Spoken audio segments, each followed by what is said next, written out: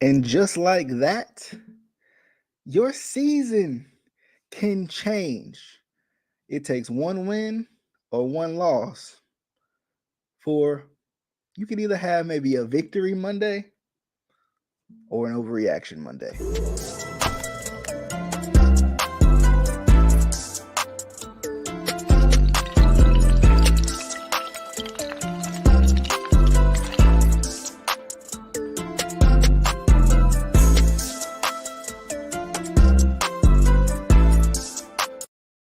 All right, what is going on, good people? DJ right here coming back at you.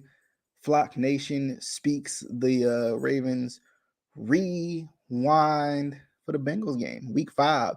A game that I think we all anticipated. A game I think we all felt like, let's see how this gonna go, right? Let's see how this gonna go. After last year, the way last year was, I think we all kind of felt like it's a toss up.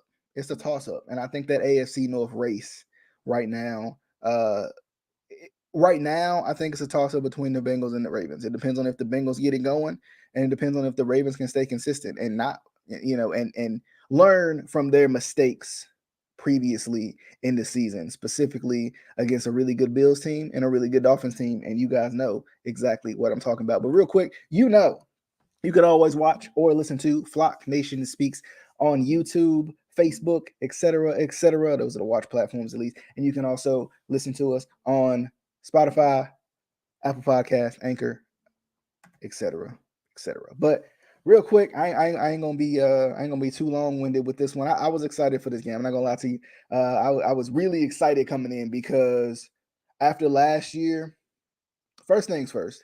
After last year, I think you couldn't help but be a little bit excited to see what the Ravens were going to do against the Bengals uh, this year with a healthier team. But at the same time, we talked about it all off season. We talked about it going into the season. The Bengals have been talkative, right?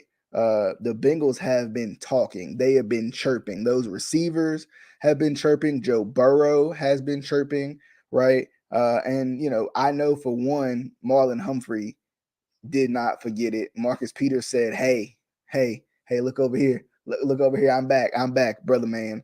I'm back. I'm right here. You ain't got to worry about me." And then the rest of that defense just showed up. Let's start right there. Defensively, what a game. What a game. I think they had with the one pick against Burrow. Um, and really just did a good job of slowing down Jamar Chase, which is a hard thing to do. I mean, the Ravens saw it last year, but I mean, the whole league saw it last year. But like at the same time, my biggest thing with the Bengals last year is it just felt like nobody could guard Jamar Chase. It felt like literally, and that's a fact, right? It felt like literally Jamar Chase was wide open all the time. Like I know he had some good contested catches last year, but at the same time, it feels like it felt like last year that everybody like Jamar Chase was just open. I don't know if people were playing their typical coverages and his ability to run routes and his ability to get open and his ability to make difficult catches. We saw it on the back shoulder that he turned into almost like an inside shoulder type throw, where Marlon had good coverage, but it didn't matter because the throw and the catch was better. Like Jamar Chase is a dog. Like we know this. T. Higgins is a dog. Like we know this. Tyler Boyd is a dog. We know this. Hayden Hurst is like that. Like Ravens fans know that more than anything, right? I don't think we got nearly as much production as we thought we were going to get from Hayden Hurst, but Hayden Hurst is a dog. Like let's be honest. But still, the ability for the Ravens, and I know the Bengals did not play with T. Higgins pretty much last night. I mean, he was there, but he was in like the first quarter for a little bit, and that was pretty much it. He had that ankle injury. I think it was an ankle injury, and to see what the Ravens did defensively, because I think that was the biggest concern coming in. It's like the Ravens are big play prone, and the Bengals, they are the big play guys. Like all of them can break you off for a big play, right? Joe Burrow got to hit anybody. Jamar Chase, he can break tackles, and I mean, and he's fast too. On top of that, T. Higgins can break tackles and go over the top of you. And then Tyler Boyd, he still got some speed out there too. So everybody can break a big play. And that's what I was saying in the preview. In the preview, I felt like if the Ravens could come out and limit the big plays, I honestly I don't think there's an offense in this world that can play against a secondary that's this talented when you're not giving up big play after big play. And I'm talking about the one play touchdown. I'm talking about the 2 play, 3 play drive, right? Like when the Ravens aren't giving up big plays, it's hard. And this is for anybody, and this is for any team. It's hard to nickel and dime you all the way down the field because eventually the Ravens defense is so opportunistic. Eventually they're going to make you pay for having to drop back so many times, having to hand off so many times. That was the only kind of biggest issue I had with the defense last night was just the run game, the lack of run support. It felt like Joe Mixon was gashing the Ravens, like and especially once the momentum turned after that Lamar Jackson interception. That's when it felt like the momentum, started. Not only did the momentum start to turn, but at the same time, it was one of those situations where they were running the ball like it was nothing, right? They might couldn't do a lot when it came to passing the football, but they could definitely run the football yesterday. But defensively, I mean, considering the things we've seen, considering the craziness of this entire season, and I think we saw glimpses of it last week, but I think this week it kind of was made whole again, right? Like they got the big stop at the end when they needed it, right? They got big fourth down stops, right? They got turnovers. At least, they had the one turnover, that always shifts everything, and they just played well. Marcus Peters, I mean, dude's like the X factor right now for the Ravens. I feel like because I feel like Marlon is great and he's playing very well this season. But I think the fact that he has his guy and Marcus Peters right there beside him, it gives him that ease. He ain't got to press as much. He ain't got to feel like, dang, I got to get this pick. I got to get this fumble. I got to make this tackle. Like he can play relaxed. He can play Marlon Humphrey football. He can be physical and do exactly what he needs to do to get the job done and kind of be the player that he's always been. And then, Marcus Peters, like I was saying before, I mean, he just feels like he's back, right? I don't know if he's quite 100% yet. I know he had a quad injury going into the game, but like I knew it was gonna be tough if he didn't play. But especially with the youth at corner and DB, but at the same time, I'm sitting here thinking if Marcus Peters plays, they're gonna have a hard time because this defense is weird, right? The Ravens defense is weird. They they just are. The Ravens defense is weird, right? They have these stretches where they play lights out. They're everywhere. The play Marcus Peters made on that little shuffle pass when it was goal to go for the Bengals to, I'm trying to think. I think it was to take the lead, and that's when the Bengals ended up going for that fourth down. Uh, the shuffle play, like that was beautifully played. Patrick Queen had himself a game. He was the one that had the pick. I was so happy for him considering he's got all this criticism too. I mean, I think he'll be able to face that adversity and keep going. Uh, I think he played well. I mean, I think the entire defense played well. The defensive line wasn't necessarily getting to the quarterback, but what have we been talking about the last couple of weeks? If you can't get to him, do the thing I feel like JJ Watt invented, right? Get your hands up and knock the ball down, and that's what they were doing. Worst case scenario, I mean, JPP had his first sack, but worst case scenario, like if you can't get to him, they were batting the ball down. I thought we was playing. I thought we were seeing great net play in a volleyball game or something. Like they played so well. The defense played so well. Offensively was hit or miss, right? Once again, I think that this offense shows a lot of potential. Now, albeit without Rashad Bateman, I don't know what more you can expect out of this offense. Without Rashad Bateman, with J.K. Dobbins still trying to get himself going, he looks good, but he's still, I mean, J.K. didn't play the preseason, and I don't blame him. And he hasn't played in a year, right? So that's tough, right? This once again, this offensive unit is still gelling. I think especially once November gets here and this team is actually a little bit more healthy, I think they could be dangerous. I think they got to right the ship a little bit as Ronnie Stanley kind of gets into the fold. Shout out to him for being able to come out there and get his first start in pretty much 2 years, you might as well say.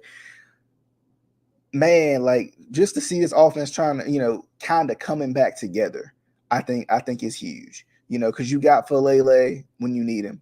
Uh, he can play on the right side if needed. He can play on the left side if needed. You got Makari if you need him, right? You got depth at the offensive line again. It feels like at least in a couple of spots. You got Kristen Cologne. I think I can't remember. I can't remember if Linderbaum got a little singer or something like that, and it was nice to see uh Kristen Cologne come out there and he did his job. The ultimate pro. I think we talked about it plenty of times. There's a reason why he's on the team, right? He's a guy who's come in on short notice and did exactly what he's supposed to do. Offensively, there was some big plays missed. Lamar missed Devin Duvernay on a deep ball. He missed Tylen Wallace on a double move. And he missed Demarcus Robinson. He overthrew it, and that's when he threw that pick. But I think at the same time, Lamar doesn't do that very often, right? How many times can you look and be like, dang, Lamar missed a bunch of throws tonight? Not it's not very often, because a lot of times what Lamar will do is Lamar might miss a throw, but he gonna get it back for you. And I think he did in a way, like with the run game late in the game. Like he was the one that was making sure like we gonna win this game. I'm gonna ice this game. Like worst case scenario, we're gonna put the best kicker out on the field, and if he miss it, he miss it. But Justin Tucker don't do that very often. So that's the thing. Lamar Jackson came out there, and I think even on because it's not about the mistakes you make. It's not about missing those throws. It's about what you do after the fact. Like I get it, they could have blown the doors off of Cincinnati if he hits those throws, but he missed them. Can't take them back, right? So what do you do? How do you respond? Uh, you know, how you get it going? And plus, like it's tough too, because there's a chemistry aspect of it that I think sometimes isn't really seen either, because these guys haven't really played together that much. These receivers, a lot of them feel like they're brand new, and if they're not brand new, they're getting opportunities in game speed that we ain't seen in over the past couple of years. I love the usage of Devin Duvernay. I don't know why we have to have an injury to Rashad Bateman to get Duvernay utilized correctly. Like, let him be the Swiss Army knife that he is. Let him use his speed. Let him use his agility. I like that. But at the same time, like, it shouldn't take an injury to Bateman to feel like, okay, now we're going to use Duvernay like he should be used. Right? Prochet, I think, had a catch. And I know, let me think. I know Likely got in. I would love to see him a little bit more. He got in. He had a big, what was it, third down catch that probably should have been a first down. I don't know how he didn't end up getting that. I know he wasn't, at the line of game, but I'm saying like just, with his physical stature, I don't know how he wasn't able to end up getting that first down. But still, I think offensively, you can see it. You can see the potential. I think, and it's kind of like the offense over the past couple weeks has felt a lot like the defense before, right? The defense, you was like, we see the potential. They just got to put it together. And now it feels like that with their offense. Now, albeit like we said before, let's see what happens when everybody is healthy. When Bateman's back and you're utilizing sometimes you need you don't wish injury on anybody, but sometimes you need to see, okay, Bateman's not here. Let's see how we can utilize these other guys, because shout out to Tylen Wallace on that double move for getting open. The connection might not have been there, but to showcase he can do that's a big deal, because they're gonna use Demarcus Robinson on some routes like that. So to see Demarcus Robinson getting open, that's a big deal too. And to see the usage of Duvernay, how he was used, right? Being used in the most efficient way possible. Get him the ball and let him go to work. That's what Duvernay does, right? Duvernay is going to take advantage of every opportunity you give him. And I'm not saying give him every opportunity, but like if it's there, let him have it and let him, let him work. I think the offense, there's so much potential with this offense.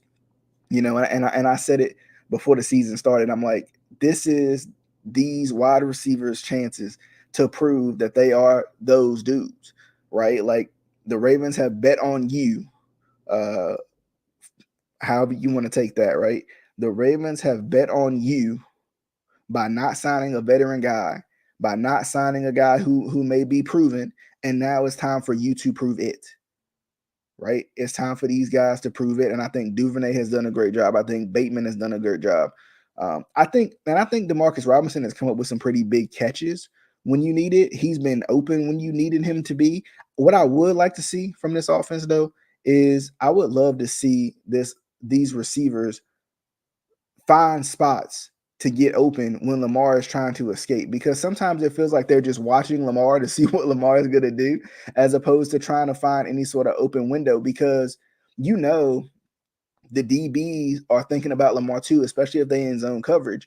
But if they in man to man and they right there on you, you know that they still are going to look back at Lamar, because at the end of the day, they probably, they worried about Lamar too. Like, Lamar is that much of a threat when it comes to running the football. So I mean, I think this offense can get better, but I think consistency is going to be the key. And I think too, I want to see what Greg Roman's going to do.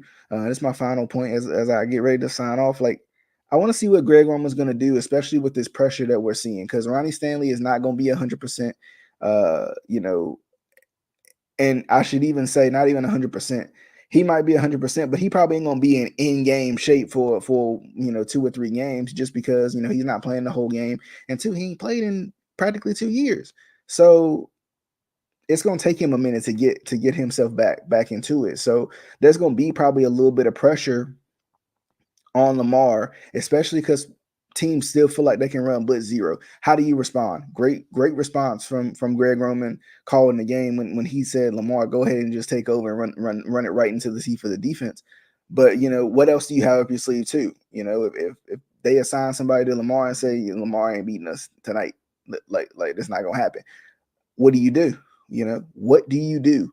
How do you get your receivers open? It can't always be the out route. We've seen that, but do you run slant? Do you run screens? What do you do? How creative can you be? But this is a good win, right? This is a good win for the Ravens against a Bengals team who put it on you last year. Like the Bengals beat the Ravens down so bad. This is going to be burned into your mind like some of those, like the AJ Green catch that kept the Ravens out of the playoffs, right? The Tyler Boyd 4th down catch that kept the Ravens out of the playoffs. Like those couple of years, like this is going to be like last year is going to be burned into the Ravens' minds. Not only the players, but also the Ravens fans, right? They're gonna be thinking about what the funny part is, they ain't even gonna really think about what happened this game. They're gonna think about what happened last year, even still, going into the second game when they play. Did they play week 18? I can't remember right off. But when they play later on in the season, they're gonna be thinking about the same thing. So that's a big deal, right? This is a big win. This is a statement win. This turns your entire tide, because we got to remember the Bengals were still looked at as the kings of the North before this season started. And a lot of people felt like the Bengals were going to beat the Ravens, and not just because the Ravens had lost 5 straight at home, but just because of, the Ravens defense and how suspect it has been at times. So this was one of those games where you win and your trajectory goes up, because you just beat the reigning AFC champions, right? You beat the reigning AFC champions, and it wasn't pretty, but division games are never pretty. It's rare, especially in the AFC North, but it's rare to see a division game be pretty. That they usually are ugly, knockdown, drag out fights. And this was one of them. This was an old school AFC North matchup, and it was good to see. It was good to see, and the Ravens can only get better from here because they're going to get healthier, and that's a big deal. It's a big deal for the Ravens to get healthy, because once you get guys like Bateman back, JK, imagine JK at full force. Like JK ain't even back yet. Imagine JK at full force with Gus at full force, with Ronnie Stanley at full force, with the rest of that offensive line that they've tried to build this offseason in full force, with a little bit better chemistry with these guys like Demarcus Robinson. right? Of course, Mark Andrews gonna get it. Mark Andrews, speaking of big game, Mark Andrews had a big game. Mark Andrews gonna get his, right? Duvernay, we've already seen Duvernay gonna take whatever you give him, right? If it's a handoff, kickoff, it don't matter. Duvernay gonna take whatever you get him. So just to see this offense continues to develop and continue to get healthy, like the Ravens' injury luck last season was so bad, they're still dealing with injuries from last year in week 5 of this year. J.K. Dobbins is not 100%. Ronnie Stanley is not 100%. Gus hasn't even played yet.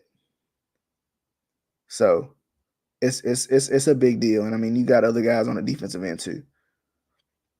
It's a big deal. I think this is one of those wins the Ravens can stack on. The Ravens can stack on this win. The Ravens can just continue to stack the momentum on this win, especially with the schedule coming up. It's not weak per se, but it's not as tough. Like you ain't got the known juggernauts coming up, right? You got a tough Giants team coming up next week, a tough defense that knows exactly what you like to do. That's gonna be tough against the Giants, but to see this offense and this defense continue to develop themselves and get healthy is going to be big. I know Marcus Williams, he went out with a dislocated wrist and sounds like he's going to be out for a good bit of time. But like I said before, by the time November comes in, especially December, you get into the playoff runs. That's when health is going to be at a premium, and to see that the Ravens have taken their time with some guys, that's huge too. So big win for the Ravens against the Bengals. What was it, 19-17? Shout out to the Ravens for getting the job done, holding Joe Burrow to 216. That's pretty good. 216, 24, 35. He did pretty good. Tyler Boyd had that one throw where that one throw where Marcus Peters blew him up, bro.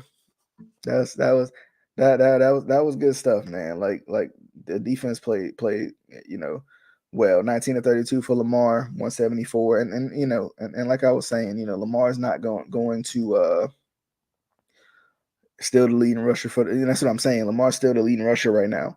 So once this team gets going, once they get healthy, they can be dangerous. Mark Andrews leading the way in receiving. Devin Duvernay came in there and did his thing too. It is once this team really gets going, like they get the chemistry going and everything too, they're gonna be good. Like, Jamar Chase, the crazy part is he still has 7 for 50. Like that's the wild part of it. Like you feel like Jamar Chase was kind of held in check, but he still had 7 for 50. Like it felt like watching the game when it comes to the eye test and everything, it felt like Hayden Hurst was eating more than Jamar Chase was. But I mean, they had practically the same amount of receptions. But I also feel like they really made Jamar Chase earn not only his receptions, but and he had that one big catch too, of like 20 yards or something. They really made Jamar Chase earn his yards after the catch too. Like it wasn't like like before where he was just streaking down the field. But as always, definitely hope you guys enjoyed. I'm gonna come back with a preview for this week's game against the Giants. It should be good, man. I'm excited.